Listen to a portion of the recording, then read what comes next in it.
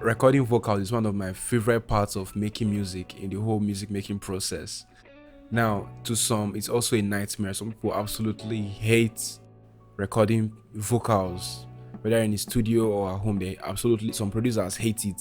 So, I'm going to share with you how to get the best out of every recording session. And of course, I know that your recording sessions might probably suck, and I'll tell you why it sucks and, of course, how to improve it. You're welcome to another episode of Just the Tip. I'm Sir CLASSI. Hit the subscribe button and let's get started.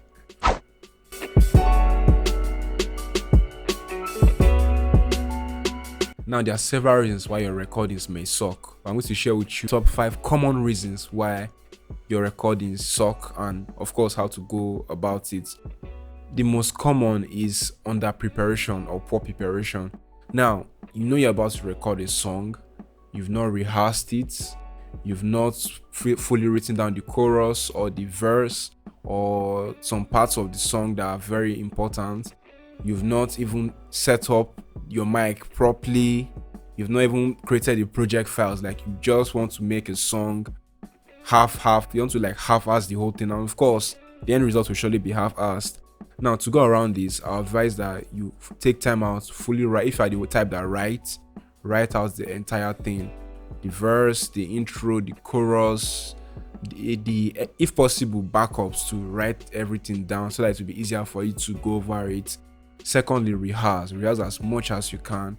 Let the lyrics be part of it. So even if you're looking at the paper you wrote it down on, it's just kind of like for reference, or to just kind of get you going again, not like you're depending on the paper to get you going. So it's best you rehearse so it could be a part of you. It's easier for you to express the song when it's a part of you than when it's written on a piece of paper.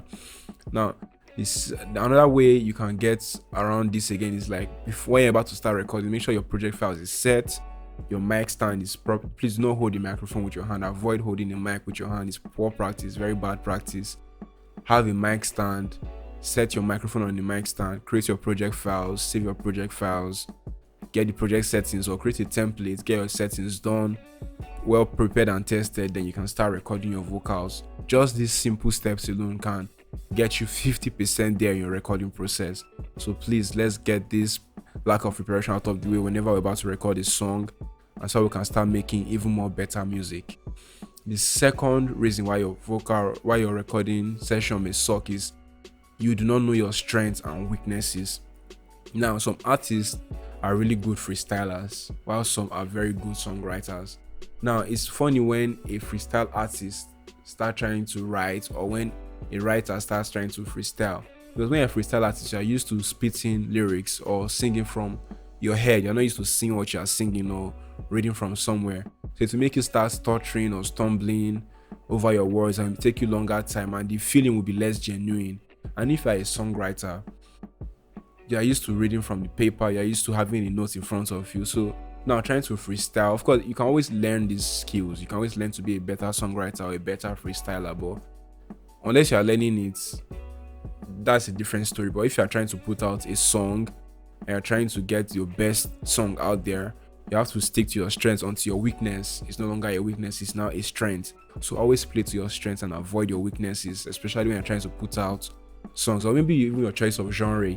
Maybe you're a very good R&B singer, but because maybe the dancehall trend is popping, you want to jump on. You can always bring your R&B influence into the trending sounds that we have. A good example is Drake, regardless of the style that is trending, if it's dancehall, trap, drill, it brings his own uniqueness to the game.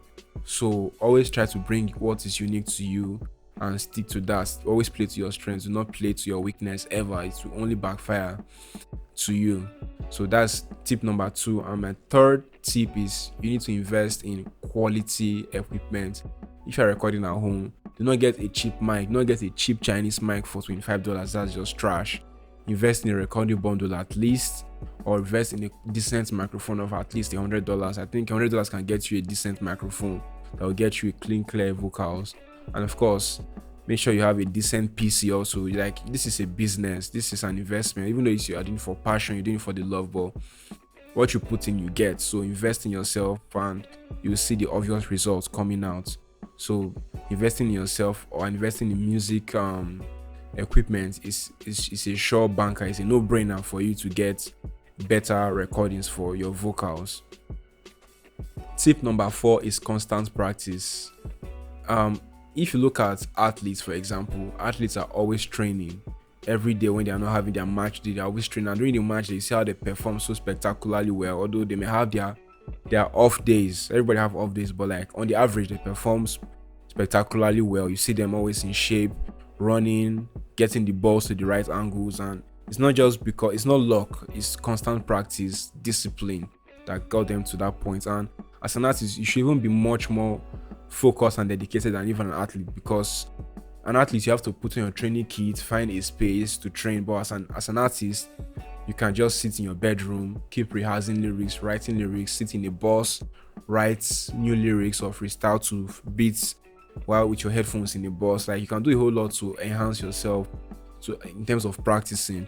Or you can just like open up a project, keep dropping bars, making as much music as possible. Like, train yourself to always be practicing. Either you're practicing maybe how to take maybe vocal parts, like if you're a singer, maybe you're trying to take maybe how to take tenor, how to take sopranos. You can train yourself how to do that. Or maybe if you're a rapper, you're trying to see how you can make your verses even doper. This is all training. Basically, doing this every day is training. So you have to do this every single day, in every single chance you get. Do not ever play down the importance of training.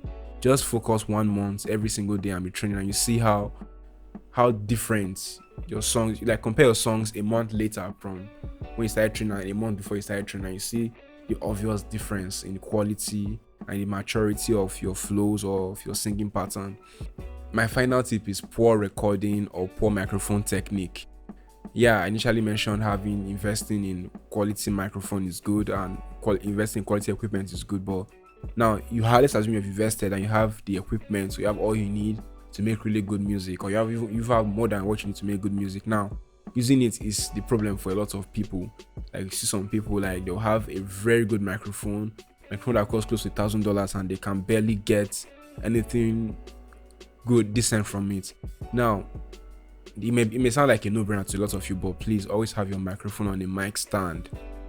Position your speakers properly, and of course, if you're an artist, if you prefer to stand and record, if you prefer to sit and record, and of course, observe the thumb rule between your mic and the vocals. Like, this should be where the mic should be, and this is where your vocals should be. Like, you just get this separation, distance, and that will help you. That will help the mic capture a decent frequency response from your voice, and also have a vocal reflector shield. If you have maybe echoes in your room, have a shield to cover your mic. That can also help improve the quality of your recording. And also, do not record your vocals too loud. Reduce the gain a bit. Make sure it's always at midway, like 12 o'clock midway. You should be just at midway and record your vocals.